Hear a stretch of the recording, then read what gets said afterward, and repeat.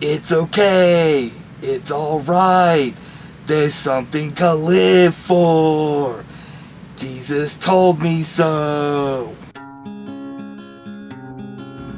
I was a failure. And I get very sad and depressed about it. I can't be that no more, because I really feel like I betrayed myself big time. Because I know when I was growing up, I had all the potential in the world. Now I'm back to being Mike, who has a soda in his hand and is thinking about the Great American Podcast and the Great American Film. And this time I can't fail. I won't fail. It's not in me. You don't get second chances and mess them up. You'd be a fool to. Now just finishing films for the long run, finishing a podcast, but it's right now. I feel like it's like 5, 10, 9.95 years ago. I got the same options again, and this time I'm not going to fail. This time it's most important not to fail. Just to drink and dream, but rather to create and complete.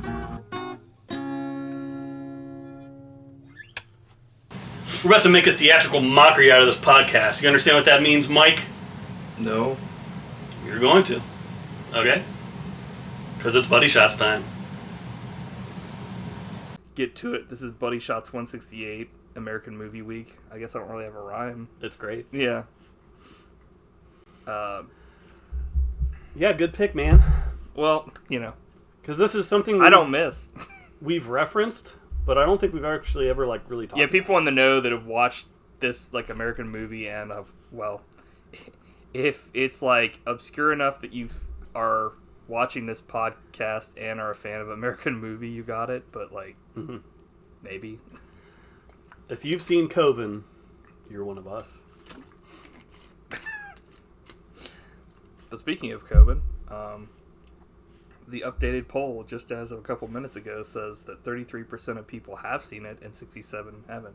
Nice. So, then American Movie, it's about a 25-75 split, in 25 in favor of. So I think, like,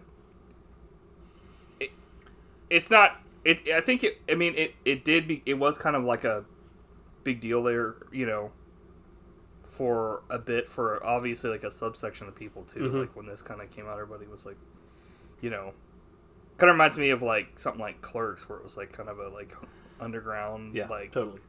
I think its reputation has gained over the years. Yes, yeah, for sure.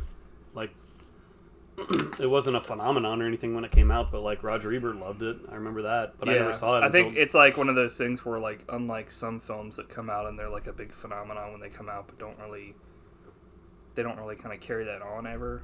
It's like of its like time. The Avatar. Yeah, I was just thinking that. No cultural impact. Pretty much. I stand by it because I'm right. But I think, I mean, but like this, everyone has should just see this movie. Grown over time. Yeah, and maybe it'll make a resurgence again due to this episode. The Buddy Shots bump. Yeah. Which is also a new dance taking over the nation. If that ever happens, I'll put a gun in my mouth. And live forever. Because I won't pull the trigger. That's what happens. So, anyway, I guess let's go ahead and talk about, like, how, I don't know, how did you first? I don't really remember when this came out. I probably heard about someone talking about it on a podcast or something years ago, and I think this was also... like when it came out. This was one of those movies that was on Netflix streaming. Oh, yeah. Back when, like, the discs were still happening. It's funny because, like, we actually, like, I think we talked about that recently. Yeah. How, like, back when Netflix actually used to have, like, stuff like this, like, that's where I first saw, like, Troll Hunter or whatever for the first time. Yeah, and, like, I was turned on to a bunch of, like, holy crap movies and stuff like that. Yeah, and I think, like, you, like, probably you right said, around this that is probably time where you, like, saw this or whatever. And I loved it immediately, and I've watched it a whole bunch of times because it's, like, yeah, highly entertaining and, like, rewatchable. Yeah. And genuinely amazing. Like, yeah, love it. I said it last week, but this is one of the best movies ever made, I think. Yeah. Especially if you love movies and art. And it's not even really a movie. I mean, it is, but it's a documentary. So it's like, it's shocking because, like, documentaries can be good, but they also can be, I don't know, kind of boring sometimes. And I'm going to talk about one in particular. that made me wonderfully excited. Well, let's just get this out of the way. So, like, I looked at the list of movies that were nominated for Best Documentary for the Oscars, and this was not one of them. Yeah. Which was BS, because it's way better than any of the bullshit. But especially, because so there's this movie, it was nominated for Best Documentary in 2000, called Buena Vista Social Club. Mm-hmm. Have you heard about this? I'm like, do you hear about this? Do that one more time. I do it every time. And I kill myself inside. I'm like, I see the sea, I swim the sea. Our past failures have come back to haunt me. So, like, I haven't actually, like, I'm not, like, a big documentary, like, sadly, the only documentaries I ever really watch are, like, you know, I've seen something like this, but, Bigfoot like, related. yeah, stupid bullshit where it's not even a documentary, it's just people going out in the woods and being idiots. But, like, yeah, so I don't really, you know, pay attention to that, I guess, like. Well, I just want to talk about it because it's the worst documentary I've ever seen, and I hate it. It's about, like, these musicians Off to a great start. in Cuba who are, like, really old now, but they talk about, like, the music. They're, like, crooners and, like, the style that was fashionable back in the day. Like, back when they were, like in their heyday. Or yeah. And it's, like, super interesting stories, but the movie was made by this, like, composer named Ry Cooder. And this prick. So when they play, like, so these old guys are, like, singing their songs. That's not funny, but you were like, this prick. He inserts himself playing, like country guitar over top of their songs. I'm like, dude, what the hell? He ruins it. He literally appropriates their culture to, like, make himself look cool. I was like, it made me so angry. So I just wanted to shout out that that movie sucks. I wonder, like, when that came out, did, like, I guess a bit, since it was nominated, nobody seemed to give a shit. Like, they didn't have a problem with it. I think there was a backlash against that, but still, I mean, I don't know why it was nominated. Yeah. And it would be like if I wanted to show off the music of, like, Mozart, but I played, like, a drum solo over top of it. Like, it was horrible. I feel like, or it'd be like if we did, like, a Steven Seagal thing and we put ourselves into the music. Oh, wait. But anyways, back to American Movie. That's great. Yeah. All right. Goodbye. You don't have to watch the rest of this episode. Matt just gave away the ending. What about you? When did you first see this? Like, well, when I saw this documentary called, like, Buena Vista Social Club, my favorite like, film. this guy fucking expertly put himself into the movie. He's like, everybody plays a fool sometimes. Honestly,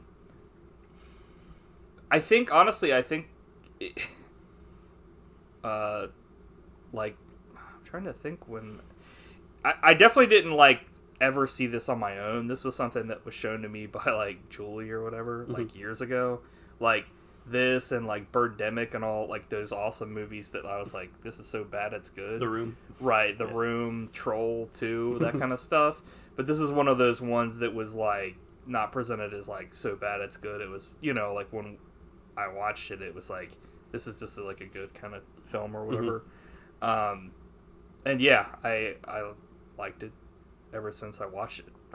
It is kind of weird that, like, Coven doesn't have, like, it's on the DVD, but, like, there's not, like, not only that it's just on the DVD, but there's not, like, really a way to get a hold of it, like, you know, like, you would think, like, after the success of, like, this film that, like, I don't know, like, it would have boosted. Yeah. I don't know, it would have been. I think maybe if this success had happened, like, these days, it would have been a different story. But then again, like, this movie is so of its time that it would be a completely different film. So you couldn't have, like, a 90s film that then came out and then, you know, this happened and it was like, oh, now it's available, like, to buy, like, physically or digitally or whatever, like, you know, through whatever. So, yeah, I mean, it's very of its time. But yeah, that's pretty much, I guess. Cool. Like, I didn't answer shit. But I mean, what makes this movie is, like, the characters in it, which they're not characters, they're real people, but are, like, way quirkier than, like, you could ever imagine a person could be, you know? Yeah, it's mainly, I mean... Such individual, unique... Yeah, it's mainly, like, the main... To me, it's, like, the main... Yeah, I completely agree. I mean, it's that, and it's, like, the setting of, like, where it takes place and what time it takes place. The late 90s. It's a snapshot of, like, definitely a way earlier time. I mean, just watching this from the perspective of every single week I edit. I'm like, I have to edit the fucking podcast. I edit the podcast and thinking like that would be fucking not possible back in the day, because every time if it was video related, I would have to go into a fucking booth and fucking physically cut film together. Now it's all done on like a SD card, so it's like I just pop it in my computer and the footage is there. It's like, yeah. If you wanted to make movies back then, you had to be committed. Yeah. Unlike BuddyShotz's. Not really. Yeah. So that's pretty much how I came upon it or whatever. But nice. I don't think I even knew that you'd seen it until like at one point one of us was like, "That's all right, that's okay." Yeah. And then we both knew the quote. So. Well, yeah, it's kind of like Trauma. I think at one point, like, I was like, "Oh yeah, I can't wait to like meet Lloyd Kaufman." I was like, "Oh, you were like, oh, you're a fan of Trauma too?" And it was just like, for whatever reason, throughout the years, we had never talked about it. Mm-hmm. I mean, we always talk about, the Romero stuff, or like Star Wars. Star Wars, Star much. Trek, or to a lesser degree, like Halloween, kind of, mainly just like a couple of them, but it's like, that kind of thing. But like, yeah, we just randomly, and we've known each other for pretty much our entire lives, so it's just kind of weird. I guess I kind of equate that to like, until like more recently, like there's a ton of stuff I didn't know about like my dad until like we started talking more and hanging out and that kind of thing. And it was like, but it's like someone or a relative, or like just until like you find out. That's kind of weird that like we just never talked about this specific thing that we both were into, or that's cool. Yeah. Or something we hated, like Buena Vista Sunrise. You're like, you go like that, and I'm like, Dragon Ball is the best. Oh, go ahead. I was just gonna say, another cool thing about this movie is it's also about like friendship. Yeah. Because like Mike will always be there for Mark, and like they make each other happy just being together. You know what I mean? Like that's the scene in, was it Thanksgiving when he comes over and he just won the lottery ticket or whatever, and he just like can't stop smiling. Yeah. That's so awesome, dude. Yeah. Like what a moment. Yeah, it's for like, sure. Dude, I'm so happy you're here. You just made me feel better just being here. Yeah. Like, what a nice thing. Yeah, he said he didn't want to wake up the next day or whatever. Yeah, and then the time like literally no one showed up when they were supposed to except him. Right, it was always like, it's always him. Yes, it's definitely one of those things where it's like it's not many people in life that'll like you can count on and stuff, like when it gets to a certain point in your life. I mean, in this movie they're like in their 30s, but like that pretty much for any age and stuff, because people can go in and out of your life, but like it just shows it like on screen and stuff like that. I mean, these days it would probably be easy for someone to be like playing a character and being like, I'm there for them, like on screen and stuff like that, just to get the clout. But like back then there was no reason for anyone like Mike to hang out with Mark, because literally he's literally just hanging out with him while he's fucking working and helping him with his movies and stuff. Yeah, because it's like other than that, it's like it's just literally capturing actual like relationships on camera and stuff. Yeah. I just realized in the credits he's credited as friend. Yeah, it's like musician / friend. I was like, love that. Okay. I'm like, he's friend. It's like, well, I guess, do we want to talk about Coven first, or whatever you want to do?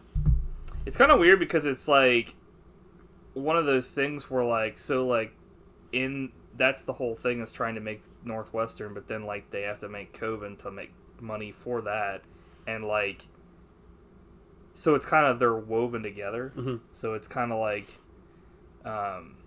obviously like the main event is AmericanMovie, but like Coven is almost, it's like the main event as well, because that's what it leads up to. So yeah, and you like, see the making of the movie, right, in AmericanMovie, right.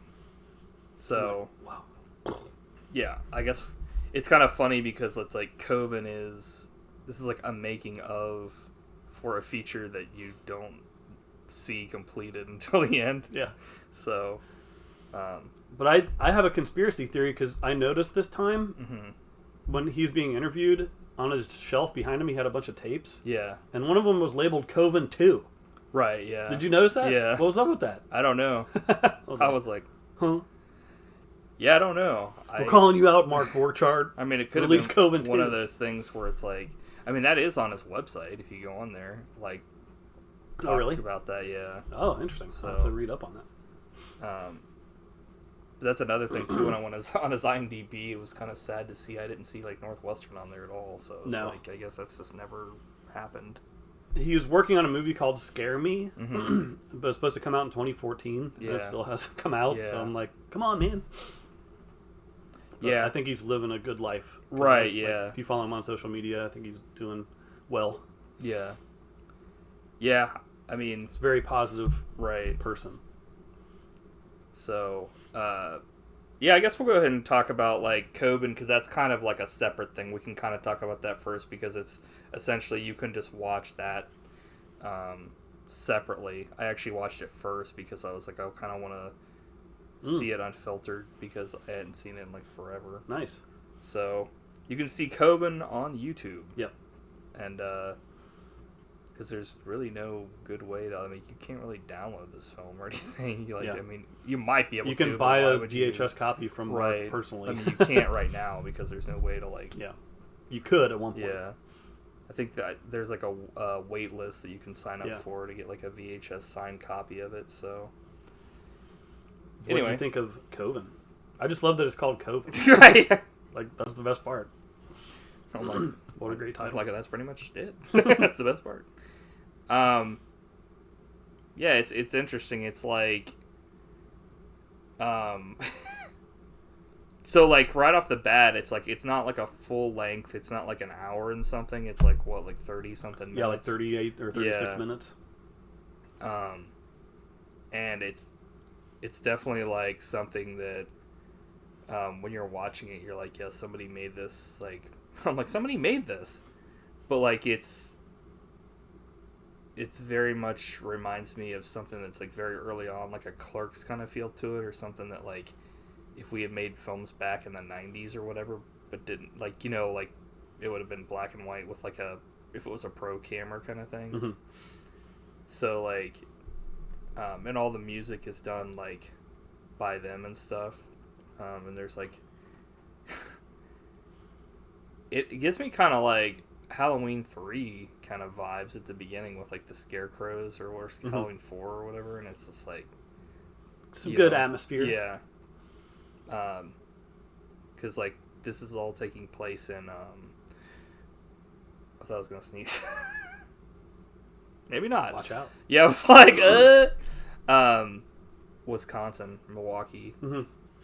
Usually people say that the other way around. Wisconsin, Milwaukee, that is. Y'all come back now, you hear? Texas tea. Yeah. Milwaukee tea. Texas tea week. So that kind of gives you like a setup to like the feel of what things will look like and stuff. It's kind of, I mean, it kind of looks like, you know, Ohio to the degree of like when winters happen, you can see like stuff for miles because all the trees, like there's no leaves. It's, you know, the bleak winter of Milwaukee. Right. Gray on gray kind of stuff. Mm-hmm. You know, I think watching this, you can tell it's made by a talented filmmaker. Yeah. I just wish they had more budget because, like, yeah, they needed lights. You know, some of the shots looked amazing, but some of it like was blown out and stuff. You know? Yeah. So some of it looked crappy, but some of it looked awesome. So it's a little uneven, I think. Yeah, I mean, but that's just the limitation. It's also like when you're watching like the actual like when we get into it, there's so many issues and problems that happen that it's like this is definitely not the kind of stuff that happens on like a normal. I mean, stuff like that does happen on a film set, but it's not like, you know, like if James Cameron was making like a movie, there wouldn't be like James Cameron's people Coven just 2. wouldn't show up to the fucking film. Yeah, like he wouldn't have to get his mom to wear a costume. They had like slap bass at the beginning, kind of. Yeah. Seinfeld. Well, not like to that degree, but it was like the music that. was cool, like it was the Sting's musical. Yeah. So, of course, we have to get out of the way the one of the lines that we always talk about at the beginning of this film, and one of the greatest line deliveries in movie history. Bill's only appearance in Coven, in a dream that Mark has.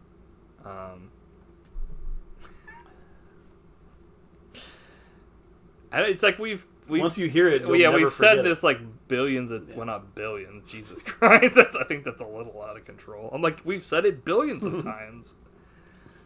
Do you want to say it? I'll give you. That's all right. It's all right. It's okay. There's something to live for. Jesus told me so. Like, it's such a weird way to say it, but it's so amazing. And the fact that it's also dubbed. Yes. His like mouth isn't matching what he's saying. It's so funny. Yeah, it's like movie when magic, they did it, dude. the audio is blown out. Yeah, love it. But like, yeah,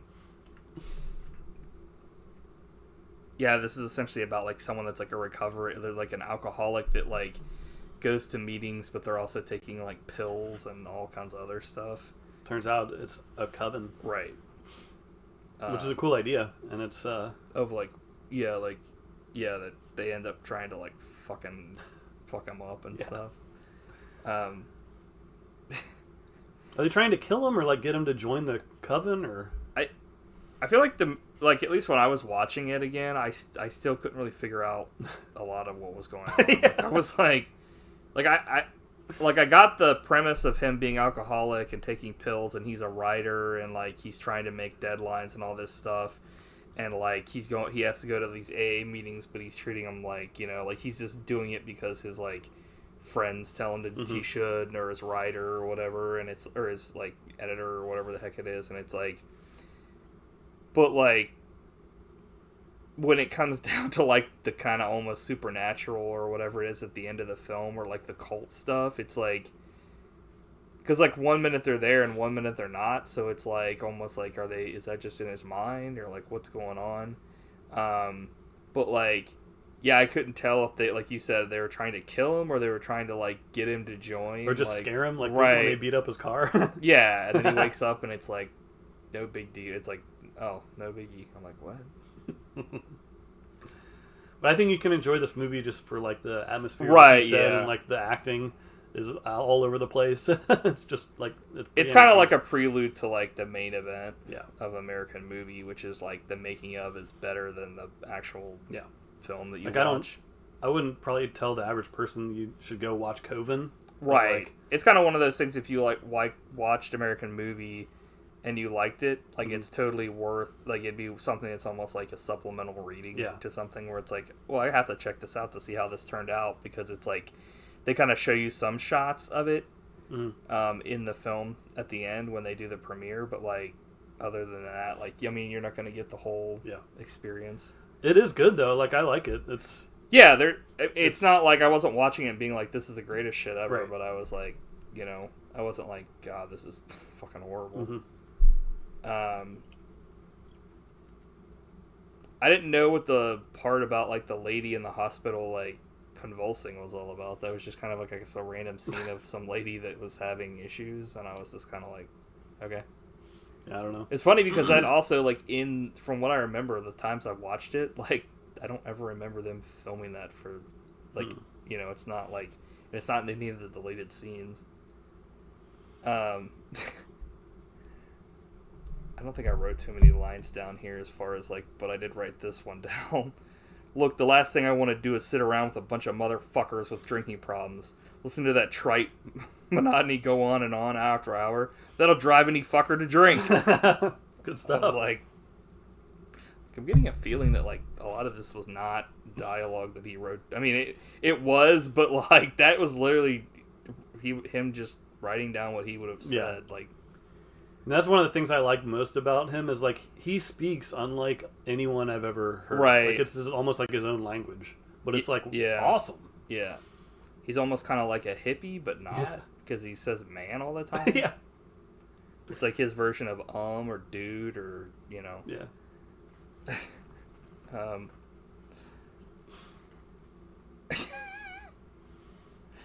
Yeah, they drag him through like water and stuff like that at one point, and he somehow gets free, and then he turns around and they're not chasing him. So it's like you said, it's like, were they trying to like fuck with him or like what, you know?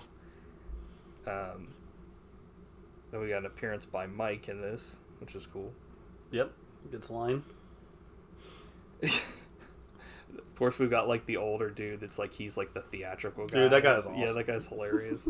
Hamming it up. Michael, I'm a murderer. Do I have regret? Absolutely not. Then he starts talking in tongues. I'm like, yeah, that's what great. the fuck? I think this is, like, just a cool, like... And then, like, while his car is getting, like, destroyed, like, Street Fighter style by these people, like... Or I guess Michael Jackson in that music video. Yeah. They're like... They're like, he's like, peace to the world, and then he's like, fuck this car. They all turn into, like, cats and walk away. Turn into a panther. But it's playing, like, Joy to the World randomly, which I was like, not like randomly, but it's like, you know, like in a kind of off-key thing, and I never noticed that until this time. I was like, what the fuck? It's weird. Because there's nothing like, because you generally, like, associate that with, like, you know, Christmas or, like, New Year's or something, but, yeah, I don't know. Yeah. I felt like this was very much like a Carnival of Souls almost kind of thing, where it was very like, what is going on? You know, what's real? Is this even happening? Yeah, I could see that. You don't get it. You're nowhere near getting it. And then, of course, towards the end here of this was something that I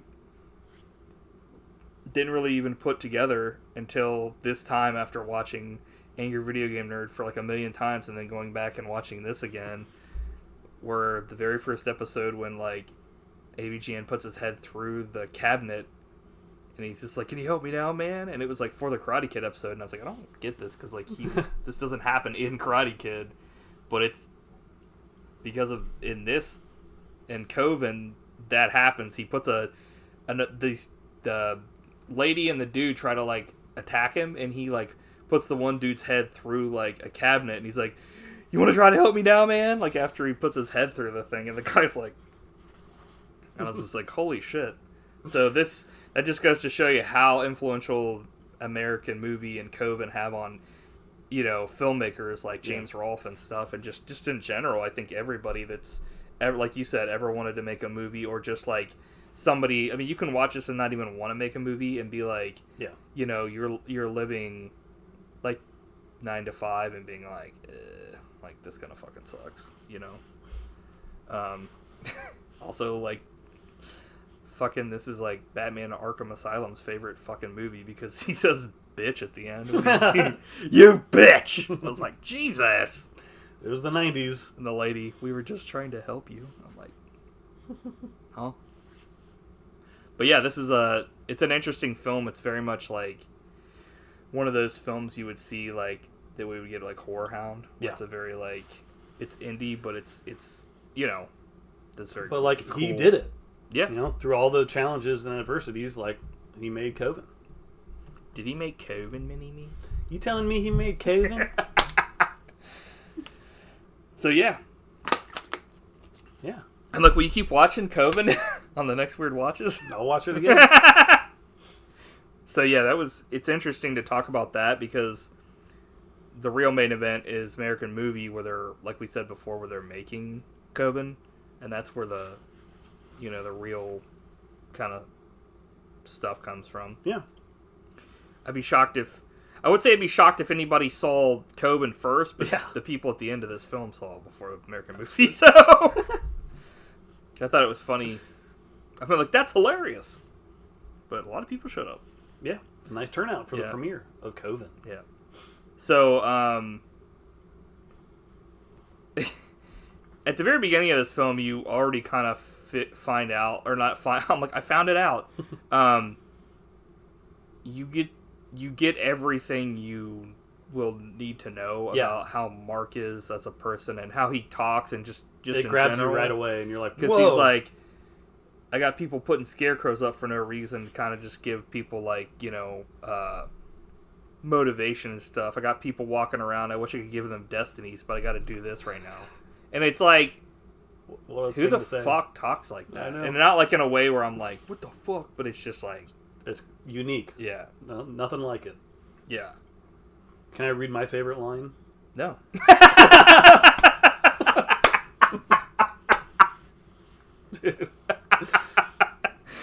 Gotcha. No, of course you can. There's no excuses, Paul. No one has ever paid admission to see an excuse. No one has ever faced a black screen that says, well, if we had this set of circumstances, we would have shot this scene, so please forgive us and use your imagination. I've been to the movies hundreds of times. That's never occurred. Yeah, it's...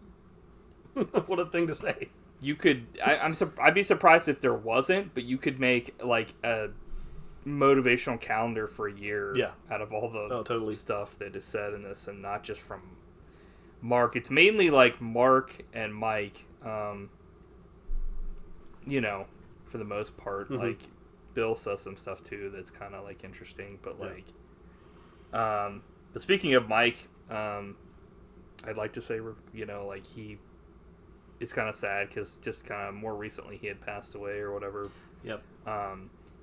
So I won't say we love you forever, like, but he's a very lovable character. But seemed like a cool dude. Maybe we do love you forever. You are. He did seem like the kind of guy that if they were doing conventions, he would have been like the nicest guy ever.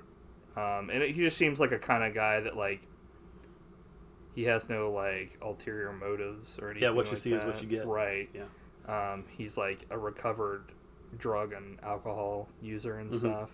So, for him to hang around with Mark and stuff and still be friends with him is kind of, like, shocking that he stayed sober. Yeah. Because that's definitely something that kind of comes into play here with all the ups and downs of Mark's life. You know, not to be, like, slamming a guy for drinking, because he's definitely going through some shit. It's not only making the movie, but, like, he has personal problems and stuff, and, you know, with his kids and all kinds of stuff. But, like, I did want to do something in honor of Mike. I wonder what it could be. And his love of soda. Oh, nice. I wanted to take the Pepsi challenge. Oh, yeah? Have you ever done that? No. All right, well, we're going to do it right now. Okay. All right, I'll be right back. Okay. You can either keep talking or cut. A couple minutes. Keep talking. So, I'm like, okay. Now that he's gone, I'd like to talk to you about nothing. I really don't have anything to say. I don't really want to talk too much about the film without Matt here. You know, I wonder what his pick for next week could be. That's a thing that we'll find out at the end of this episode. But for now, let me see. What's on the back of this? So, this comes with director and cast commentary, which I'll talk about later in this episode, because I listened to that.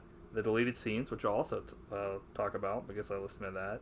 And, I watched that. I'm like, and the theatrical trailer, which, I did not watch that. I'll have to ask Matt if he watched it or not. But the reason why Matt's doing the Pepsi challenge is because that's something that, like, they're avid Coke enjoyers. There's a deleted scene that I'll talk about when Matt gets back later about specifically Pepsi and Coke. They're big enjoyers, I think, of McDonald's too, and, like, Mike is a big soda guy. He's kind of gone to soda because he, since he's recovering, like, drug and alcoholic, drug user and alcohol user, has something else to kind of fill that void, which I totally understand. And I mean, good on him for kicking something that was destroying, I'm sure, his life at some point. Because he has plenty of stories about, him almost dying and other things like that. But I guess whether or not I'm going to cut this part, we'll see if it's interesting enough. Maybe I'll put it at the end of the episode as like in the outtakes section. Or maybe I'll just keep it where it is if I can keep talking. But I guess put in the comments what your favorite sodas are. If you drink soda, that is. Are you a Coke enjoyer or a Pepsi enjoyer, or is there a third party that you'd rather have to drink? Oh, and Matt's back with the cups. He has 6 cups. I guess Gloria's gonna have some. Okay, so Matt's. So, I was just telling the audience that in the film they're big Coke enjoyers and stuff, not fans of Pepsi at all. And it's funny in the deleted scenes, and we can talk about it, I guess, now. But did you watch the deleted scenes? Or? No, I've seen them before, but I didn't watch them. There's a specific part where Mark goes to Burger King, and he said, he had a Whopper at one point, but it always turned him off that they had Pepsi and not Coke. And then they switched to Coke, and he was like, that was the shit, man. That's it right there. And it reminded me that recently Skyline went to Pepsi from Coke, and it's not even that, regardless of how you feel about Pepsi or Coke, it was like when Frisch's went to Pepsi from Coke, and then they went back. Mm-hmm. So it's like, how long is it going to be till it back? Skyline goes back to Pepsi, because it's like, it's hard to think Skyline without Pepsi or Frisch's without Coke. You know what I mean? It's just something that has been ingrained. Yeah, it's funny when that happened. My phone blew up and I had 30 texts. Oh yeah, I thought someone died. It's no, they just switched from. Yeah, they were flipping. Our friends were flipping out, and I was just like, I guess they got nothing better. But that's what the Pepsi challenge is all about. Because are you familiar with the Pepsi challenge? Yeah, so they used to do this all the time. I don't think I've seen this happen in years, but it's do you want to explain it or what? Yeah. Okay. You're no. So it was a commercial campaign by Pepsi because the perception is everyone likes Coke better. Yeah. So they were all right, try Coke and Pepsi blind and tell us which one you like more. And they'd be like, this is definitely Coke, it's better. Yeah. What? It's actually Pepsi. Totally not actors. Got screwed. Yeah. So I have Pepsi, Coke, and a mystery cola. I'm calling Cola X. Okay. So we'll try to determine which ones we like more. Okay. They're labeled on the bottom, so don't look until we're done. Until I spill it all over me, I'm like, ah! What? Well, I guess if I held it like that, I wouldn't spill it unless I was like, okay. All right. So I guess first. Yeah, I guess I just.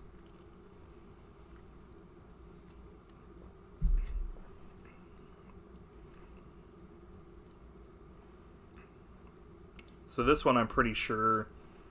I don't know what the other one tastes like, the mystery one, but this one tastes like Coke to me. All this one right here. Well, remember, and then we'll reveal.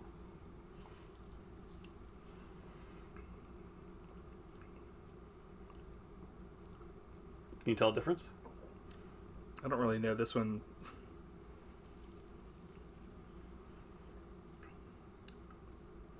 Yeah, I'm not really sure, honestly, about that one. Could it be Cola X? It could be. I don't know. Let me, Okay,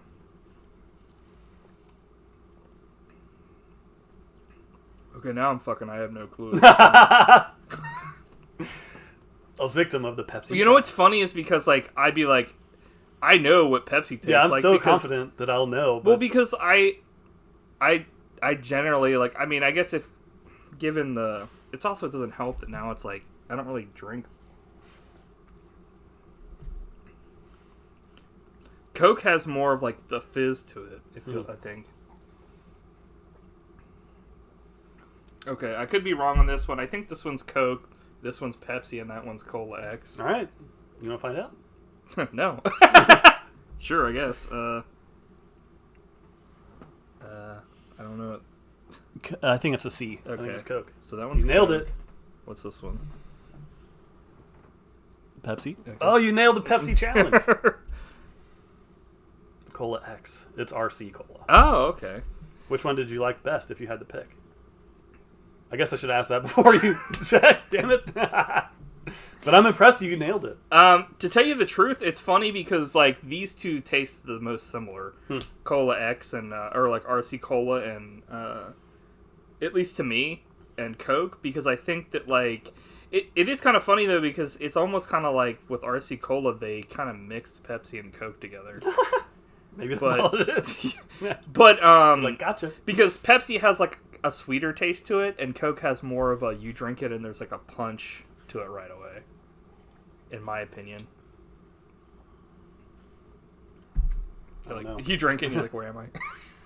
It smelled like Coke, but it tasted right. like RC. Well, the problem is like when I was doing it, like that's Pepsi. Instantly, you're you have a mark on your hand. You're like, I think this is Coke. Okay. Nope. RC. Coke. That would have been hilarious if I like you were completely wrong on on all of them. Dude, I failed. I guess that just goes to show you how fucking much I know my Pepsi. At Nice, least. man. Honestly, I was going more off of how. Yeah, I was going. I've always said I like Pepsi more, but maybe just to be contrarian. I like honestly like so. I like cherry Pepsi and I like cherry Coke. Cherry Pepsi's the best. Yeah. I like cherry Coke at like Frisch's, but I never get cherry Coke anywhere else. Like I like cherry Pepsi more, but I wouldn't want it at Frisch's for whatever reason. But it's kind of like Skyline. Like they have Pepsi, and I like Pepsi, but they switched it out, and now they have Coke, and it's like I like Sprite. Not more than Pepsi, but I like. It's kind of like if Pepsi had Sprite, I would never fuck with Coke, because like whatever they have, like fucking Starry or like even Mountain Dew, I'm like that shit fucking can kiss my ass. Like that might be like you said. I mean, maybe we're in the same boat on that. Like I don't know. Like I like Pepsi more personally. Yeah, I always have. But having said that, the Coke at McDonald's is better than like most Cokes in general. Like if you get a Coke from McDonald's, it's like perfect. That's true. I agree. And Wendy's fucking shit sucks because they have that freestyle machine, and that shit sucks. Yeah. Anyway, so that was fun. Yeah, I'm impressed you nailed it. Nice job. Well, you know, I thought I would, but what is this one? Pride comes before RC fall. Like I've fallen from grace because I failed the Pepsi challenge. You failed the Pepsi. I did get Pepsi. Well, you didn't cheat. You didn't tell you told yourself which ones. Yeah, it's weird. It's funny because I knew Pepsi right away, but I couldn't tell the difference between the other two. The RC Cola one, it's like RC Cola gets a bad rap. I think back in the day, people were like, my grandparents exclusively had RC Cola back in the day. That's not shocking. I think at one point my grandparents did too, because I mean also it was the cheapest. A lot of I don't know how your grandparents were, but like my grandparents survived the Great Depression kind of stuff, so they were like, it's just as good. Every penny. Right. But yeah, I agree. I liked them all. Did these come out of? Now the true question is, these came out of cans, didn't they? Or did they come out of 2 liters? Coke came out of a 1 liter. Really? A 1 liter? Yeah. Holy shit! That's all they had at the gas station for some reason. All the rest was like sugar free. They only had one thing of like real Coke. Damn. What are the other ones? Cans or? Yeah. Okay. That's another thing too. Is if you're a true connoisseur, you can tell the difference between cans and bottles. And I personally prefer bottles. Personally, I don't know why. It's like I guess it's still fine, but the cans, it's like I feel like it loses its luster a lot quicker too. But anyway. But we do that because, Mike is a huge, he's kind of moved on to. If he gets lottery sodas. Or scratch off tickets and soda, he's a happy guy. Yeah. Because I don't know why he calls it soda, because it's in the Midwest. Right. Or is it? I don't know. You're like, I'll tell you what it is, but then I don't know. Oh, man. I don't really drink, pop all that much, so, I mean, not like I used to. It makes it taste better when you But having it like, if I drink more of that, I'll probably start. Well, you have to finish more. the cup. I will. Every cup. I will. There's that's the Buddy Shots guarantee. Drink all your pop, or you get no dessert. But yeah, like, but yeah, I guess that's why. I thought the reason why you did the Pepsi challenge was because of I've always wanted that to deleted scene or whatever. Yeah, I must have remembered that in the back of my mind. Yeah, it's funny because you get introduced. This is the first time I realized this because I've seen this multiple times, but it's the first time I've seen that when they go to visit Bill for one time, they give him some food, and he's like, "What about a drink or whatever?" And then like, he's like, "Mike, give him a drink," and he gives him a drink, and he's like, "This is a new soda from Coke," and it's Surge, and I'm like, "What the fuck, a new soda?" Yeah, it was the '90s, man. Which you bought me that like years ago, and we couldn't. We used to drink it all the time. We couldn't even finish a fucking can. Everyone did. It was delicious. These days, yeah, it's like now I'm like, this is the grossest shit ever made because I couldn't even finish it. It was so. It's so because they brought it back the exact same way it was before. And I'm like, dude, I can't believe I didn't die drinking this because there's so much sugar, and it was just Jesus Christ. How many did you say you drank that one time? Dude, like one time I drank like a fucking 24 pack, and I got sicker than I've ever. Well, not sicker than I've ever been because I've had fucking food poisoning. But it was like so when you're drinking shit like that. I was drinking it because I was thirsty, and then it kept getting worse and worse because I wasn't drinking water. So it was like, if I was just drinking straight up beer, I'd be fucked. Or, you know what I mean? I had no fucking... I was dying. I'm surprised you didn't die. Right. It's intense. But I just was like, ugh. But it was horrible. But that's another reason I like this movie. Like you said, it's a time capsule of the late 90s, which were like a fun time in our lives. Yes. So it's fun to go back. Because now everything fucking sucks. I'm like, movies today are just not as good as like in like Flint. Yeah. Back in my day. Now movies are all just MTV edited. Hey, can't argue with that. Or can you? I think my favorite part of this movie is the credits, though. Mm-hmm. The end credits. Because he's... when it's over. Like, you realize that he's, like, in trouble in his life. He has, like... He's in debt. Oh, yeah. The IRS is coming after him. Yeah, at the very beginning of this film. He's getting, like, legal action threatened him. Like, this is not good, dude. And then he's like... Oh, I got a MasterCard. Hell yeah, life is great. I'm like, dude, this guy's That's amazing. another quote that from an HBGN episode or whatever that he does, where it's like something happened. He's like, life is kind of cool sometimes. What? That's amazing. Your AT&T Universal Card has arrived. Oh God, kick fucking ass! I got a MasterCard. I don't believe it, man. Life is kind of cool sometimes. Which on the commentary they talk about how he's like, yeah, that card only had like $500, and then he was like taking interest out against himself at one point. Unbelievable. Like, but like, yeah, I put legal actions. Unbelievable. This is going to be interesting. The IRS. It's like a nightmare. Like, yeah. I mean, But he perseveres. That's what's on great screen, about him. he like is way. I mean, I would have been fucking cussing and flipping out, and like, I mean, I guess he does cuss and flip out, but not. He's a lot more calm on camera than I think I would be. Like, if I got. Not notes. I got IRS passed me a note. They're like, "Do you like me? Yes or no?" You're like, "Yes." Yeah. No, maybe. I'm like, yeah. If you're getting legal action threatened, like, you're not gonna be a happy yeah. guy. There's. I'm like, but I had a note here about how I think Mark is like actually a better actor than some of the people that he like cast in his films. I was like, totally. And he's actually been in a bunch of stuff. He's got like 4 upcoming projects that aren't even out yet that like he's an actor in. Mm-hmm. And I was just like, yeah, he's a character, and I think that a lot of. I mean, I think he was actually him and Mike were actually on an episode of Family Guy because I kind of went back and watched a bunch of like. Yeah, they come out of a closet or whatever, like when they're recording something. And he's like, "Do you think we got that, Mike?" And Mike was like, yeah, I don't know," or whatever. And it's just like, dude, awesome. Yeah, but it's like that's the kind of cultural impact that these characters have had. It's like people in the know, you know, what's up. But his mom kind of like talks about how like since he was like 14 or 12, he wanted to make a movie and stuff like that. It's just like that's kind of the kind of person that he was, that like he's always had that dream, and stuff. It reminds me of like when we were younger and we were using the camcorder that I had and stuff to make like films and you know, those unfinished zombie films that we tried to make like 10 times with like our friends out at a barn that no longer exists. Don't forget the Bane of Stapleton. Yes. Or our first zombie film after you had seen Night of the Living Dead and you came over and Trav kept calling them zombies and freaks.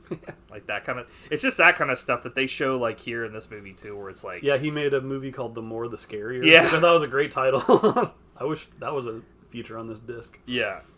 And there's a third one, and so it's like Mike's just like talking about how like he's like, there's a mystery killer that's killing all of us. And I was like, yep. Also, like the first one's like totally out of focus most of the time. It's like,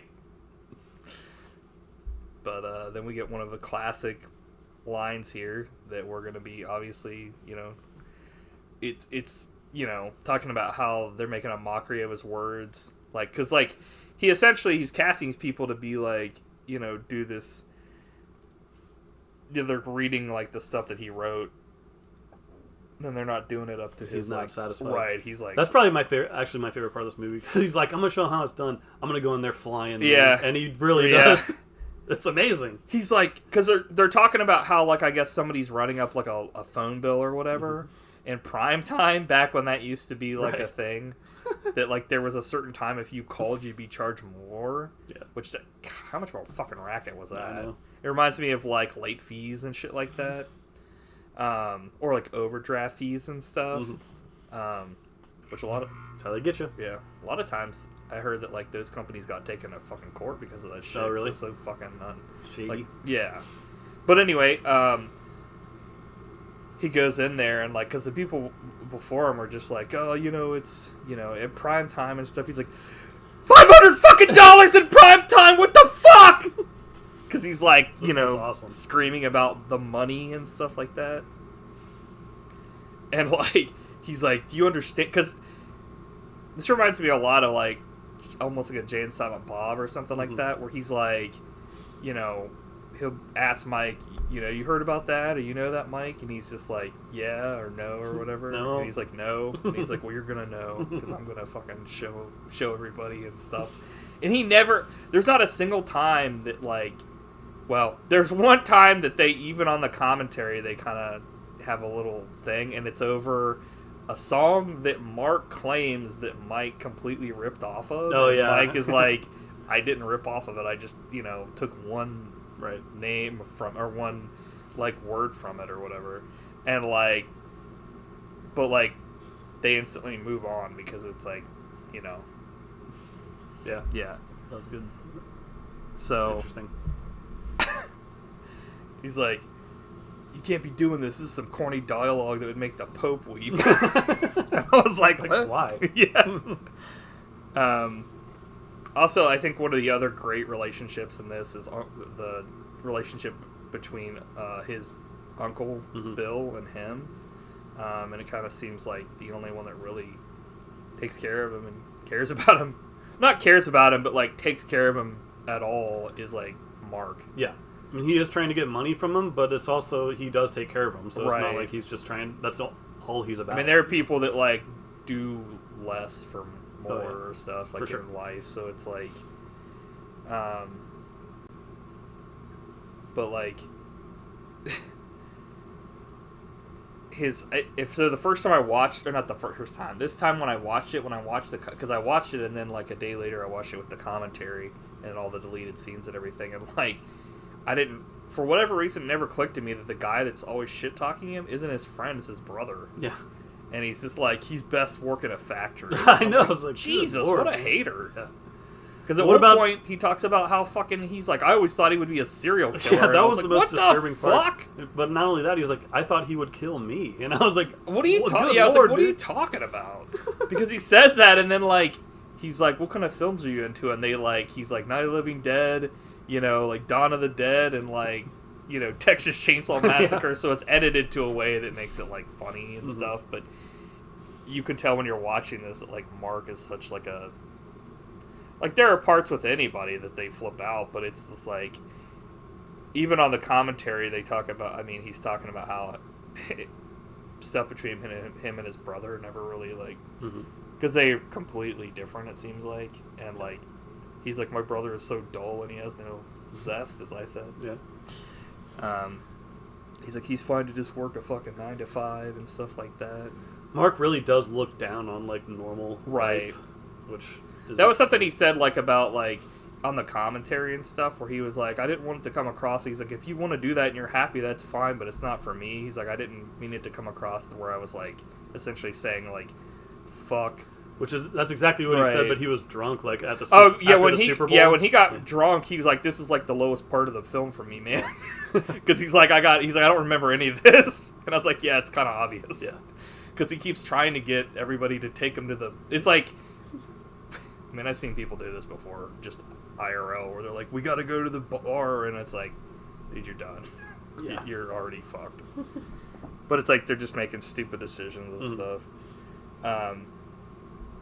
So... this is another quoted thing where he talks about how, like, you know, he's like, you know, we got to get this sucker done. Seriously, last night he got so drunk he was like calling a hotel in fucking Casablanca, and like, he's like, because he was drinking peppermint schnapps and got so wasted he was calling Morocco at like 2 a.m. and like running up the phone bill, and he's like, that's senseless. But that's what happens, man. Yeah. And the whole time Mike's just like standing there like chilling. Okay. Yeah. Also, I love this part where he's like, has all these figures on this dry erase board, and he's just like, you know, we got to do this, and he's like, fuck this, and he erases it, and he's like, I'm sorry for erasing that, but like, I shouldn't have erased that part. Actually, he's like, I'm sorry for erasing that, but you get what I'm saying, and I'm like, it's just when he's sober, he knows like, oh fuck, you know, like I was kind of like more mean, or not mean, but you know what I mean, like he's like, he understands, like, yeah. One cool thing about this movie is like it captures in the background of the movie is like the Packers games. Yes. As they were on a Super Bowl run. Yeah, that was something that they kind of said like it's like a bonus. Yeah, in the commentary was like just like Mark, who was an underdog, like they were kind of an underdog that year and ended up going and winning the Super Bowl. And Mark completes his film too. So it's like, you know, it's kind of one of those deals, and they were like, it was kind of interesting that like we just so happened to capture that along the way. It's like, you know, a lot of stuff aligned for this to end up being as good, you know, the way it was.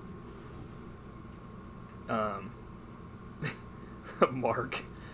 Now when you go into the grave and you're just lying there in the casket, the last hurrah and final goodbye, what are you going to think about, huh, Bill? You tell me. Yeah. It's funny because there's parts where, like, you can tell where he's like, I don't believe... Mark, on the commentary, he's like, I don't think he believed any of this shit I was telling him, because, like...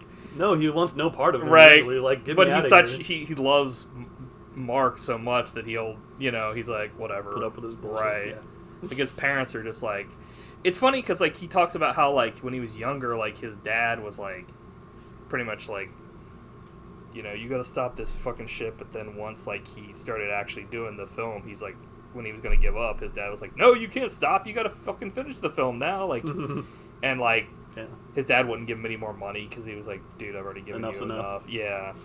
And that kind of stuff, which, like, it doesn't seem like his parents are like his mom's more chill, his dad, like, isn't as chill, but he's not like an asshole to him or anything, but it, you know, you find out that his parents just didn't get along and stuff, and it was like, but I thought it was funny when he talks about being, like, half Christian, half Satanist, where he's just like, you know, I'm, you know, on the Satanist side, I'm more like, you know, the earthly things and stuff like that, and then the Christian side, he's, like, talking about being more, like spiritual and, like, you know, I thought that was interesting. They talk about how Mark has, like, 3 kids, or, well...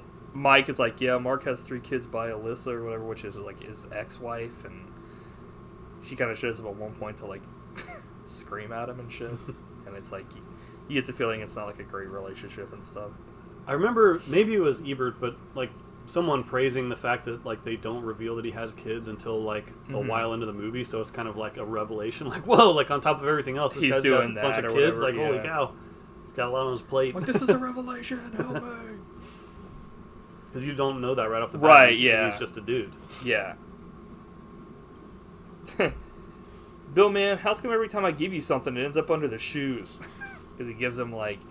That is something that you find out, though, is, like, Bill, if you're watching this and you've only seen it, like, maybe once and, you know, whatever, like, you might think, like, oh, Bill's, like, out of it and stuff. But it's, like... He seems to just kind of be, like... Because there are definitely scenes where he's, like, you know, hey, you know, and stuff, and he's totally with it. But I think a lot of times he's just, like, being fucking drugged into this shit and taped and stuff. Because, like... Yeah. Because he gave him this thing, and he's like, oh, you read it? And it's like, he actually reads the stuff he gives him, and he knows what's going on, but, like, I think he's a realist. He's like... Or I guess in the commentary, he said he's a healthy optimist or whatever, or pragmatist or whatever, because he was talking about how, like, he read all the stuff he gave him and, like, understood everything. He was just kind of like, there were parts where he's just like, you know, we're going to be making money back from that. And he's like, that'll be the day. Like, stuff like that, where it's just like... You tell me. Yeah, he's just like... He understands it's a long shot, but he's not going to, like, you know, be like, stop making the film and stuff. Also, the part where he's like, this woman, you know, he's like, this woman wants to be in your film. And he's like, oh. And she, like, he's like, oh, she's, like, attractive or whatever. And he's like, that pepped his step, pretty much. He was like, and they show the behind the scenes of earlier when he's like, you try to help me now, man. And it's like, they didn't score the cabinet correctly, and they tried to put the dude's fucking head through the cabinet. It wasn't scored right the first time. That was like the hardest wood cabinet of all time. Yeah, and like, Mark was hitting it with a hammer at one point, and he's like, oh man, I'm sorry I tried to put your head through this. Fucking this wouldn't have, you know, broke. Yeah. And it's just like not even close. And the one dude, his friend, trooper. yeah, he was like essentially saying like, man, I love this guy. He was with it through the entire thing, and you know, he had his other stuff going on too, and he always came back, and he was like talking about how he wished that he didn't have to like do this. He's like, I thought we already got this already, sadly, because he's like, I wasn't looking forward to getting his head fucking put through a cabinet again. But you know, that's what happens sometimes. One of the funniest scenes is when his mom is filming him, and she like doesn't know what she's doing. Yeah. And he keeps like asking if he's in frame or whatever, and she's like, yeah. And then like they do it a bunch of times, and she's like, oh, there's a frame there. Yeah. And he's like she wasn't even looking through the eyepiece or whatever. It's like, that's what? like a brilliant comedy scene. Like, yeah. How could you couldn't even write something also that like clever. She says something right as he's about to do his like take, like he's about to act, and then she's like, oh, there's something. He's like, he's getting so you frustrated. can tell he's like, what the fuck. Yeah, the part where I noticed that ended up being like probably like half a second in Coven. Oh like, yeah, that whole ordeal because it's like was one tiny shot. Mark used to be like, I'm going to be a millionaire and you'll be jealous. I thought he was going to be a serial killer, and that was his brother talking about that. It's like, good lord. Yeah. What about the weirdest Thanksgiving of all time? It's an unforgettable part of this movie. Yeah. We're going to talk about how he took his kids to Apocalypse Now. What'd you think about that? That's insane. Yeah. Yeah, I wrote a bunch of stuff about that, honestly. Yeah, here we go. Like, Thanksgiving 1996. I thought this was like... Because I asked you this, I was like, how is schnapps? Because I've never had anything like that. Like, I barely had alcohol. So I was like, you know, I don't really... I know in... it's funny in Little Nicky, that's something that they, like, one of the demons drinks a bunch. Is the peppermint schnapps or whatever. But, like, his uncle was like, he's like, what do you want, you know? And he's like, schnapps. And he's just like, with Sprite. And I was like, that sounds fucking gross. Because, like, it's kind of like peppermint and, like, a fruit. So it's like brushing your teeth. And then, like, that's the worst thing ever, is brushing your teeth and be like, I'm going to have a fruit. Yeah. It's like a citrus. It's like, what? I'm going to have a fruit? Yeah. I'm going to have a fruit. But it's like, I just thought that was like Bill's special treat. Yeah, that was a pretty... That sounded like a pretty gross... That sounded horrible. Yeah. But... he gives him this, and then they both are drinking, and then he starts giving him a bath. And then he's, like, washing Bill's clothes. And it's like, you know... He's talking about how, like, you know, nobody will wash his clothes if he doesn't wash them. And give him a bath and stuff like that. And he doesn't seem annoyed by it or anything. He's just kind of talking about how, Yeah. like, you know, he's like, they're like, what are you doing? He's like, I'm washing Bill's clothes. And he's like He's pushing even it down with a laughing, stick. like when he can't get him out of the tub, he's like cracking up because it's Yeah. such a weird Because situation. they're both like fucking, you know, like goosed. But like, because he's like trying to pull him out, but he's like, for some reason, instead of pushing himself, you know, and using his legs, they're like sticking out of the tub already. And I'm like, what? You gonna like pull him Bill, out? that's a wicked toenail. Yeah. He was talking about that in the commentary too, where he was talking about how like his toenails were like so thick, like, and I was like, my grandma's toes were kind of like that, where it was It like, happens. or not toes, the toenails. Her toes were thick, but it was like one of those deals where I was just like, damn, like, Yeah, dude. I guess going back, like when Mike kind of talks about when he won the like he plays the lottery a lot, and talking about how like when you win, like sometimes you win and sometimes you lose, but it's better than using drugs or alcohol, because when you use alcohol or drugs, especially drugs, you always lose. Great quote. Because he used to Words to live by. go nuts. But yeah, like you said, he shows up and he's like happy as fuck because he just won $50 on the lottery, and he's like, and he's like, I'm not gonna tell anybody because if I do, they'll want some. Yeah. Which happens later in the film where he wins like some money on the lottery, and like he's like, what are you gonna do with that $20? And he's just like, I don't know. What do you think we should do with it? And he's just like, well, we should, you know, go to, you know, the bar. And he's like, I don't want to buy beer with my $20 or whatever. And he's like, come on, we're going to the bar. And Mike's just like, You buy it, I'll drink it. Yeah, it's like a good deal. Yeah. I thought it was really cool that like Mark and his friends hang out with Uncle Bill for Thanksgiving. That was like, nice. He comes over and like his parents just like leave. They like go out to dinner maybe or something. To one of his brothers. Yeah, or something. It was just weird. I was like, it's kind of weird that like they didn't want to hang out with Uncle Bill or something. It was weird. But like I thought it was cool that like, I mean, Uncle Bill wouldn't have had anybody to hang out with, so he came over for, you know, Thanksgiving and hung out with like essentially Mark's friends. Like, you know, they knew him and stuff, but it was also like, you don't see that a lot of times in like relationships. Usually it's like friends stick together and like families separate, but it's cool when, you know, I think it's cool anyway. Yeah, for sure. And he had him like sleeping on the floor. Yeah, they're having like a slumber party. Yeah. I was like, you couldn't have given him the couch? He's like an old fucking man, dude. But he was like,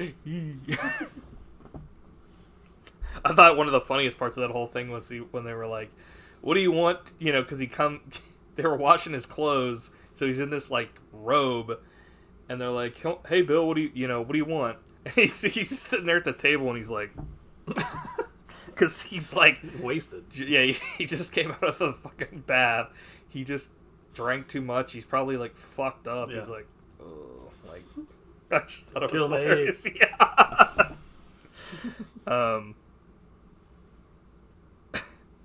I thought it was kind of like, yeah. And then they have the part where like his new girlfriend Joni had just left him, and he's shooting the last shots of Coven by himself in his car, and like literally he's just, that's it. It's just like, It's a good moment. he's like, whatever, started this by myself, and then like I'll end it.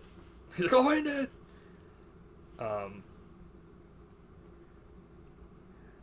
When they're doing ADR and like the older actor guy is like going nuts, and the family's in the other room like, what the fuck's going on in there? There's this weird guy.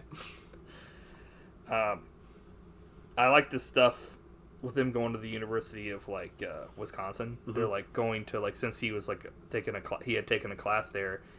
He was like, oh, you know, you can come in here and just like edit, and he would just go in there and they would like sleep there and eat there, and it's just like Scramble they to live get it there all done. pretty much. Yep. The life of a indie filmmaker. Right. Mike's there with him like all the time, even though he doesn't. Just for support. Right, Moral just playing support. guitar or whatever. But it's like, this is definitely a sign of voodoo. Why is it a sign of voodoo? It's an unnatural cross, Mark. And he's like, you think Jesus was hanging there? You would have thought it was natural. It's like they're just back and forth is like hilarious. Gold. Yeah. But then you kind of find out that Mark also is like, he delivers papers, and then he also like works vacuuming like for pretty much like the Tall Man and the Phantasm. Dude, nice. Like he's in like the mausoleum. Yeah, like, and it's funny, until I watched the commentary, I didn't realize that when he was vacuuming, it's literally like a thing where 2 vacuums are like connected by one bar. Mm-hmm. It's not one big vacuum. I was like, what the fuck? I'd never seen that before.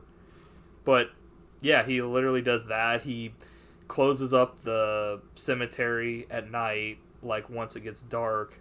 Tries not to lock anyone in. Right. And that's something he was talking about in the commentary too, is it like, he was like, that's what sucked about working there in like the summer, is it like you had to wait till it was dark, whereas in like the winter you could lock up earlier because it got dark sooner, so you'd have to wait there later. And I was like, holy shit, I didn't think about that. But like, yeah, like you said, I guess he locked a couple people in at one point, and they were like, "Oh man, people are dying to get in." Yeah, hand out. And then like his kid swears or whatever, says shit, and he was like, "Did you swear, man?" And he's like, "I don't care, but I just want to make sure I was not going crazy." I just thought that was funny. That it was like, I felt like that'd be me. I was like, if I was a parent, I'd be like, I don't really care. You would punish severely. I'm like, get out the reed and rod. It's like, Jesus. Spare the rod. Spare the rod. Spare the rod and spoil the child. It's like, what? Beat the shit out of your child with a rod! I'm like, a rod. Jesus. It's like, why? Yeah. Yeah. It's like, you will be fucking taught to be my child. Bill, when they're doing like the... So they have to re-record his lines that we did earlier about the "it's okay, it's all right, you know, there's something to live for, Jesus told me so," because when they were filming it and it was in the car, it was like it didn't record correctly. And they're doing so many takes, and he's like, "This is a shits. This is for the birds." And at some point, like take 30 something, he's like, "I'm done." And they were like, "Okay, I think we got everything anyway." And Bill says, "I don't believe in what you're doing." He says that while they're doing Sums it all up. Like, Jesus. Like, I don't believe in what you're doing. Yeah, like when, like you were talking about earlier, when he got like drunk after the Super Bowl, and he's just like, this is like fucked up, because he's like, "Job working motherfucker going down. I'll never be like you, motherfucker." And his parents are like, "What the fuck?" Like, dude, tone it down. His dad was like, "Enough of that language," because his dad was just like, "What the heck?" His direction for the ADR: 2 seconds and you're burning in hell. Burning in fucking hell. And that old guy's like, "Hoo, hoo." And then he's like, "Yo." I'm like, it's kind of a weird way to start. You're burning in hell. He's like, "Hoo, hoo." That guy's awesome. Mike does the coolest scream. Amazing. Yeah, it's so funny because comes out of nowhere. He's such a laid back and soft-spoken guy, and then they're like, "Okay, Mike, go ahead and," you know, because everybody's doing screams for this radio drama, and he does it, and it's like, I mean, you just have to watch it, because it's... Yeah. I can't... You have to see to believe. Right. And then when he does, he's like, "Dude, that was wicked," and everybody's like... Everyone's just like, in yeah, awe they're of all what like, just happened. Like, and he's like... away. But that's kind of like the thing, is like every time Mike will get complimented, or like, they're like, "Oh, that was awesome," or "You did something," you know, he's like, just like happy. Yeah. Because he made somebody smile. He did the score for this movie, and it's really good. It works great. They're shooting the cover for Coven, and like the old guy is like dressed to the nines. He's got a cape. Yeah, and he's like, "Dude, what the fuck?"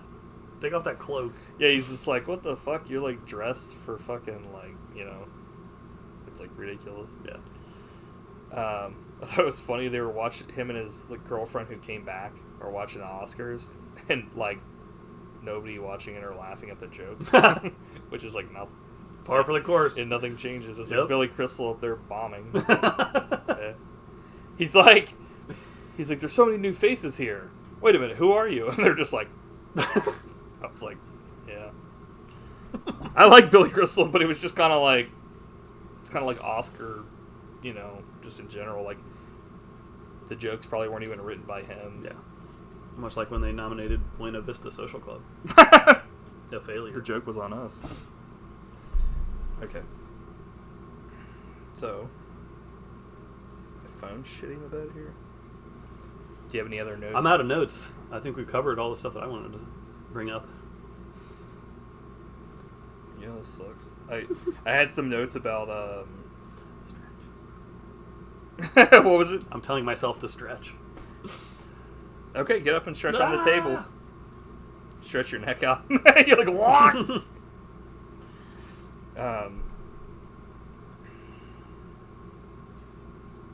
Okay, so let's see here. Shooting cover. Watch. Okay. Mark getting pulled through the water. Blah, blah, blah. Yeah, I thought he calls his. This happens a couple of times where like he calls his uncle William instead of Bill, and like his dad. It's like his birthday, and they're at like a, you know, the Denny's. Yeah, and like he's talking about how like his dad talks about. He's like, yeah, when I was, he's like Bill's, you know, was a, you know, academic when I was younger. I looked up, you know, like not saying that he doesn't like him anymore, but he's like when he was younger, he looked up to him because he had an answer for everything and stuff, and it was like essentially being like the man you see now isn't like who he always was and stuff, but. You know, that's what happens if you live to be like 1,000 years old. So, they talk about how Kenny is a bad influence on Mark, and Mark is a bad influence on Kenny. But his mom says that. Funny part here where Mike, they go to pick him up from like the jail because he got arrested. They don't really go into any detail about like why, but like. They go to like pick him up, and like Mike moves over to give more room, and he puts his foot on the gas, and it's like, and he's like, dude, what the fuck, dude, you stepped on the gas. Yeah.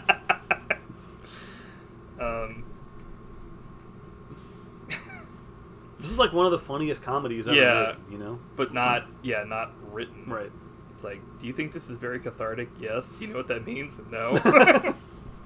It's like also he talks about how like because when he's working at the cemetery they had to take like 1,300 flags down, and it's like he's like, I'm 30 years and in 10 seconds I'm gonna have to start cleaning up somebody's shit, and I was just like, you know, it's intense. And then Mike's idea of being a famous producer, sex, money, power. And he was like, what? It's just like a lot of stuff like that happens where he's just like, he came over here and he put a smile on my face, and it's just like, I love that. Bill, I don't have dreams anymore. He's just essentially talking about how he's just like, what are your dreams? And he's just like, you know, dude, I'm fucking old as I'm shit. wrapping up, dude. Yeah. It's like the movie comes out, Coven, and then like a little bit after that, like Bill passed away, and he left $50,000 to Mark for the completion of Northwestern, which is, it's funny because throughout the movie, it's like you think, oh, he's just. I don't think it comes across that way to everybody. I mean, it could come across that way to some people. I don't think that way. I don't feel like he's trying to like bleed his. Oh, I don't either. But like, I think that people could think that, you know, but like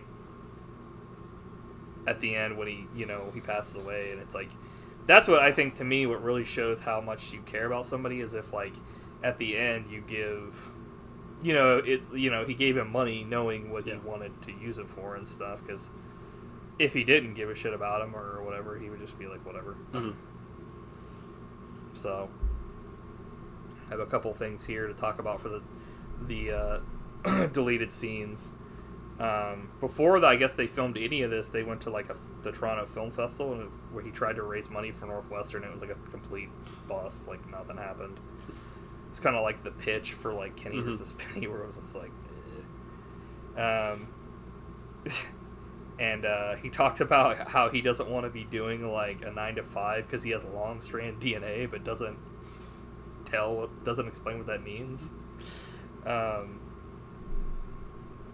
Like So, like, there's a part where, like, their car breaks down when they're trying to go film, like, some stuff for Coven, and, like, they're supposed to be in the woods, like, and people didn't show up, and then the car stopped working. And he's like, Mike said, sometimes I wish I was a member of AC/DC. And they were like, why? And he's like, because then I probably wouldn't be standing out here outside, you know? It sucks. And then Mark starts laughing because it's like, that's the reason why he would want to be. And he's like, I'd be in a mansion somewhere, not in the snow. I also thought this was kind of, like, interesting because, like, he's delivering papers and he's essentially saying, like, essentially talks about how in 10 years, like, papers are going to be a thing of the past and it's all going to be on computers. And I was just like, damn, okay. You knew. Yeah. We talked about the thing where, like, they used to, like, you know, they hate Pepsi. Uncle Bill's talking about how, like, he's like, pretty ridiculous. Why? Because it doesn't mean anything. What means anything in life? Money. Is money the root of all evil? Yes. Shouldn't you concentrate on something more spiritually positive? Yeah, you could do that. What do you see on TV? Nothing much. It's literally just, like, back and forth. It's like, he's asking him questions. And then he's like, okay, well then, like, you know, you didn't, you know, you want to give me that money in 10 years or now? Because if you give it to me now, or 10 years, it won't mean anything. Because I'll swear I'll donate that money to the fucking whales. And he's like, oh, great. You'll donate all the money to the whales? And he's just like, if I give you this money, don't give it to the whales either. And then they kind of talk about how, like, at one point they were concentrating on two other guys, Matt and Dean, that were, like, in the film or whatever, and then they kind of just, they were like, this is the movie here, not this. And they talk about how, like, there's just a bunch of stuff where they pretty much just talk about, like, sleeping overnight, more stuff for Mike where he's talking about that.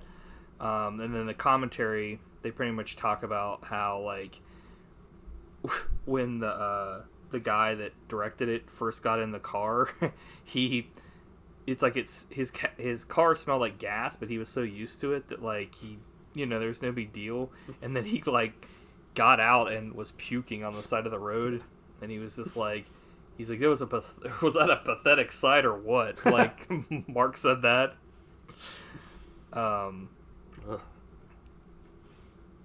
And, like, he said that's one of the reasons why he liked Bill so much. Like, his uncle was, he could just go over there and he wouldn't, like, yeah, there's stuff where he would say this or that, but, like, he was pretty, you know, he didn't really care about stuff. It's kind of like his mom. He's like, that's why, like, people like Mike or, like, my mom or Bill, where it's like, you know, I'm not being judged all the time. Like, his dad would be like, when are you going to do this or when are you going to do that? And he's just like, dude, I'm just trying to, like, you know, do my own thing. Talking about how his brother fucking talks shit. And one of the things that cracked me up about that at the end was kind of like how they were talking about how Bill, the reason why he had money was because he just worked his job and just saved everything. Like, he didn't spend a dime. And, like, that's why, like, when they're filming, there's no lights in his, like, they didn't set up the lights because Bill didn't want to waste electricity for him. Like, he's like, you're not plugging those in because that'll take more electricity. And his, like, phone bill was $12. And Mark was like, I do a fucking Irish jig on my phone bill was $12.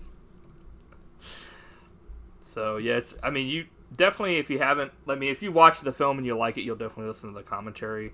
There's a lot more stuff that, you know, probably you're not going to go into too much here, because a lot of it, Mike doesn't talk a ton on this because Mark, you know, he talks a bunch, but that's kind of how it is in the film anyway. Mike kind of seems like a guy that doesn't really, I mean, he has stuff to say, but, like, he just kind of just chill. He talks about his favorite scene is the scream, of course. He's like, this is my favorite part of the movie. That's amazing. And then poetry at the end from Bill about how, like, he said, the director said when he watched it again, like, that part made him, like, tear up and cry, essentially, because he was talking about at the end where Bill's like, you know, make everyone happy, God help you, Jesus help you, heaven help you, you know, make somebody laugh, be a, you know, comedian, you know, and then he's like, Words to live by. Yeah, so it's essentially like that kind of a deal. So, at the end of the day, great film. Yeah. And we love it. Love it. It's a 9.95 for me. Obviously. I'm like, I agree, it is for you. Yeah, I mean, shocking. Yeah. 9.95. I'm like, it's just shocking 9.95. It's inspiring. I mean, yeah, I mean, and even hilarious and awesome. If you don't give a shit about movies, it's interesting to watch because it's like, you know, or making them. I'm like, I don't give a shit about movies, but I'm watching one. It's worth it. Yeah. It's worth your time. Yeah. So, I guess that's everything for. I mean, cool. American Movie, I guess. What else do you have to say? For next week. What do you have to say, Matt? So this is one I may apologize for. I hope not, but we'll find out. Wouldn't be the first time. Because you're going to do a double feature. Even if I love what you picked. Oh, a double feature? Yeah. So coming off one of the best movies we've ever watched, we're going to watch the buddy cop movie with Whoopi Goldberg and a T-Rex. Oh, okay. Yeah, I know this one. What's that one called again? I forget. Hang on. It's like Theodore Rex. Theodore Rex, yeah. Thank you. I was thinking Tammy and the T-Rex. I was like, that's not it. What? Never heard of that before. Theodore Rex paired with another, I think, flop for Whoopi called The Telephone. I've never seen either. You're like, another flop for Whoopi, Sister Act? I'm like, wait, what? So it's a little double feature I'm calling Whoopi's Whoopsies. So... I hope Whoopsies. Oops, I made a whoopsie. That's awesome. Well, I might not be saying that. I know, like, I hope they turn out to be fun to watch. We'll see. They might not be, but... Dude, that is freaking awesome. Okay, well, the one I'd never even heard of before. It's funny that I'd heard about the one about the... Theodore Rex. I'd never watched it. I remember going to Blockbuster and seeing it on the shelf and being like, what the fuck? Like, I have no interest in ever seeing that movie. I'm like, I'm like, man, this is interesting, I guess, the cover, but man, I really hope that someday a friend of mine doesn't pick this for a podcast we do. That would be in the year 2024. But no, I mean, I'm always interested what you pick, because it's like, who knows, it could be a movie that we end up being like, holy shit, that was actually kind of cool. That's what I hope for, but we'll see. Yeah. Cool, man. Well, next week, it's Whoopsies Whoopsie. Or wait, Whoopies Whoopsies. Whoopies Whoopsies. That's going to be a fuck up. Cool. Right. Until next time. Bye. It's okay. It's alright. Jesus told me so. Whoopi told me so. Whoopi told me so. Guinan told me so. Last night, man, I was so drunk I was calling Sean Schemmel at Funimation at 2 a.m. Man, that's pathetic, man. I mean, is that what you want to do with your life? Suck down peppermint schnapps and do 50-second Goku screams at 2 a.m? Man, that's senseless. So in honor of this, I'm going to do a 50-second scream. Okay.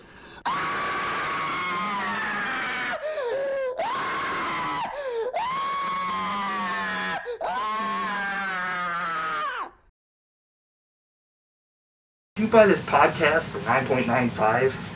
Yeah, hell yeah, man. Well, if I could just find 3,000 people like you across the country, I'd be a businessman. Of course, man. I mean, shit, that's what Bengals tickets cost. Too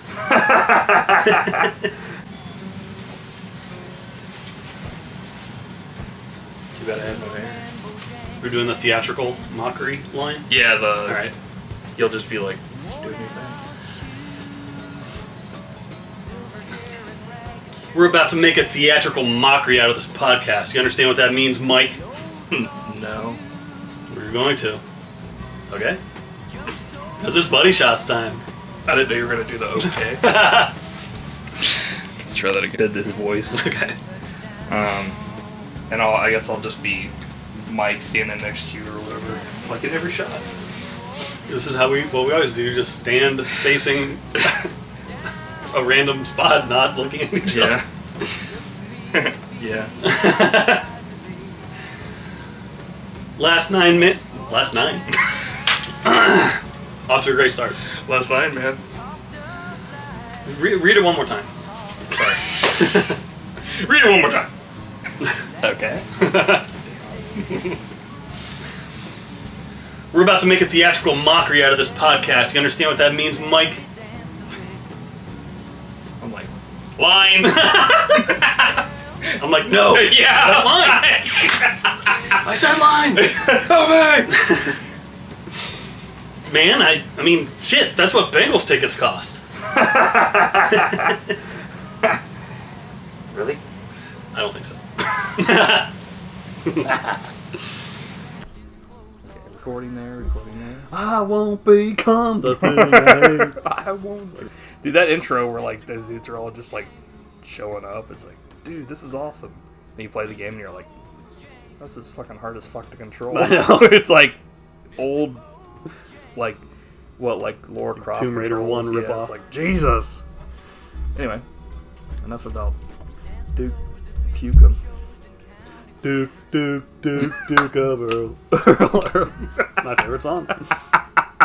Your favorite song. Play that at your wedding. My funeral has a coffin's lowering into the grave. You're Duke. That'd be so stupid. Play Now that, I really want that to happen. play that at your marriage to fucking the ground. Duke of Earl. It's like the least appropriate. what? I love it. Or it's like freeze frame. Dun, dun, dun, dun, dun, dun, dun, dun. Dude, that'd be awesome. The shit stops. Freeze frame. Freeze frame. Freeze frame. It's like I'm being buried in a fucking slow motion. It's like what? Fox Kids Club presents Your Fucking Death. Good old Fox Kids Club. Oh my god. Did you ever get your name read on your birthday or whatever? Remember that? I remember that, but I don't know if I ever like sent anything in or was like, you know, like this is my birthday or something like that. But I think I remember at one point he was like, the dude was like going around and he was like gonna, you know, like you could meet him at places and stuff. Mm-hmm. I never met him, but I remember like being like, oh, it'd be so cool to meet him. Now I'm thinking like, Why? he was just a guy. Like, but I guess he could say that about anybody, really. That's you know? true. I'm like, please, I want to meet the Pope. I mean, not really, but anyway, All right. it's time for the real Let's do this. action to begin. Boom. Go. You blow my fucking head off. Boom. Action! Go! Action 52. It takes two to make a thing go right. It's like, did we smoke weed before we started doing I'm thinking this another podcast? song. The coffin's going into the ground. Like, tempted by the food of another. Someone jumps in and starts like fucking you. Like, you're like. Dude, do you remember when that song was like when it kind of made a resurgence? I was like, I remember I had that on a CD and I was like, this is the shit. But then I was like, recently I listened to it again and I was like, why? What? It's like tempted, but the fruit is the truth is the fruit is discovered. They're like, we found the fruit, but it's like, okay, Dude, that reminds me of we took a band trip one time, and it was like my job to make a mixtape for the trip or whatever. And the very first song I put on it was "Everybody Plays the Fool" by Aaron Neville, and like Mark was like, "You fucked up." my mom would have loved that. I like that song, but At one point, she why like, was that the first song of the mix? would roll around listening to Aaron Neville. You're like, the second song was Michael McDonald. Everybody's Are like, you on a yacht trip? that's so hilarious. Yeah, he still gives me shit. You gotta find the mix for that and present it on the Buddy Shots at some point. That's awesome, dude. I probably could hilarious. do that because I think I still have all. Dude, that's hilarious. Like, you still have the CD or whatever? Dude, nice. You still have a shitty CD? Awesome! Like, Well, the problem is I have a bunch of CDs, but I didn't take care of, like, any of that stuff. It was like, Maynard Ferguson. yeah. Let's do everything but talk about the actual fucking movie that we're here to talk about. Go! I'm like, okay, now I'll start talking about it. I'm like, hey, what's in that cup? We're like Robin Williams singing. You're like, whoa, what's over there? Yeah, I'm like, I don't want to talk about it. Because I do not want to ever talk about this Yeah, one. I'm like, shit. a glorious... Okay, so I think a lot of people are actually looking forward to us talking about this, so Yes. let's go ahead and... 9.95 Emotion is feeling so high. 9.95 in overdrive. Put your body in overdrive. 9.95